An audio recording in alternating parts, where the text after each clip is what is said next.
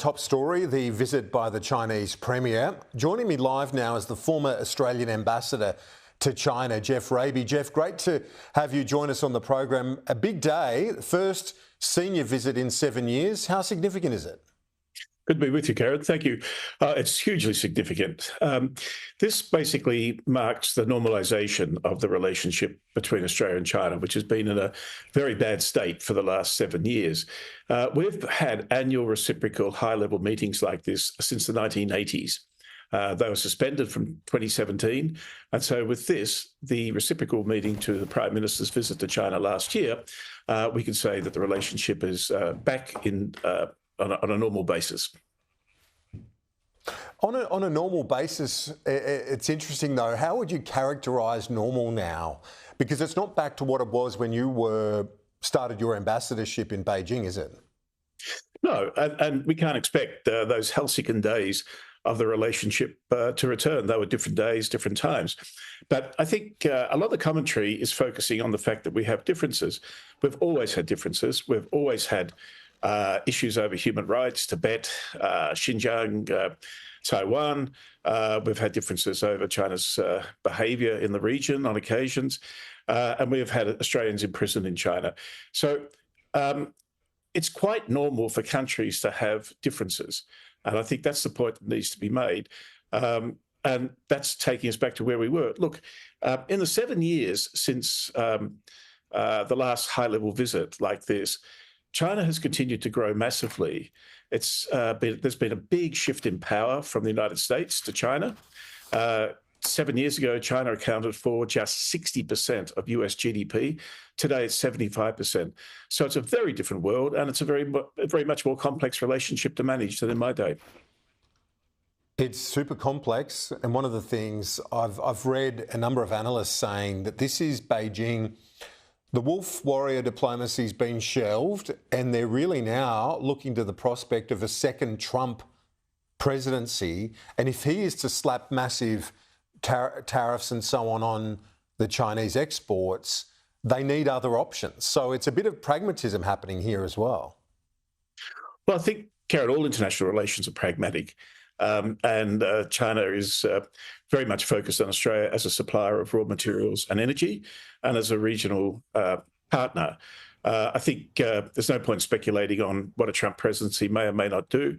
Indeed, the Biden presidency has continued the unilateral trade measures that Trump had imposed on China. They've continued to operate those measures. So there could be higher tariffs from Trump, but as a market, Australia doesn't really matter that much to China. We're much more important as a supplier of raw materials and energy.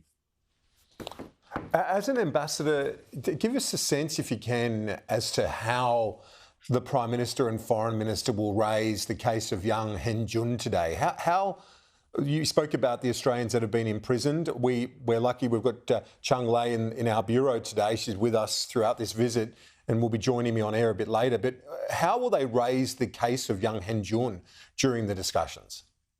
Well, the leaders will sit down and they have their talking points to go through. And presumably, given the high level of public interest in this, young Henjun's case will be very high up on the list. And they will make representations, first of all, on his treatment. He has serious health issues, seeking humanitarian assistance. I think they'll seek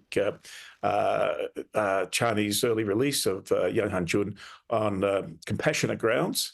And they'll also make clear to the Chinese that this is an issue of great interest to the Australian public, and it will influence and shape how the Chinese handle it will influence and shape how the domestic audience in Australia responds to China. There seems to be a really strong level of goodwill within the Chinese population towards Australia still. A couple of things I would look at is the exports of wine. They've bounced back dramatically, and already that appetite is still there. And then you look at the amount of Chinese students. They're still very keen on coming to Australia to learn. Yeah, and tourists as well. I don't think that the tensions of the last several years have damaged Australia's image or standing at all in China. I think we're still seen as a very valuable interlocutor and a very good place with which to do business and to travel, both as students and tourists. And Australian produce will continue to be recognised for the quality produce that it is. The opposition leader has said he'd like to see our trade double with China, that he likes to see a prospering economic relationship. So, interesting message from him at the moment. How do you see Australia's economic ties with that Asian powerhouse? Well, they're inevitably going to be deeper and deeper. I mean, it's just remarkable. If you go back, I did a few sums before the interview just to refresh my memory, but, trade between Australia and China, our exports rather, to China since the last high-level visit have almost doubled. And that's just in 7 years. And the number's extraordinary. It's like $220 billion of exports to China from Australia. That is almost equivalent to the total imports and exports between China and Russia. So we have an extraordinarily important role in China's economy and China's development. And that's also very good leverage for us to use in our bilateral relationship with China. It will only get deeper because the complementarity between the two economies is deeper. But one thing I'd hope from this visit, and it may happen in Western Australia, is that there'll be some focus on the green energy transition and the move to renewables. Australia is the biggest, one of the biggest energy exporters in the world. China is the biggest energy importer. And I think in the transition to a low emission economy, there's tremendous opportunity for Australia and China to cooperate. And so I think with this visit, it's an opportunity to lift our sights beyond the issues that have dogged the relationship for the last 7 years and start to look at a future of greater and deeper cooperation between Australia and China. That's why I say it's important to think about the relationship as having been normalised, and on that basis, we can build a bigger and stronger relationship into the future. Former Australian ambassador to China, Geoff Raby, thanks for your time. Appreciate it.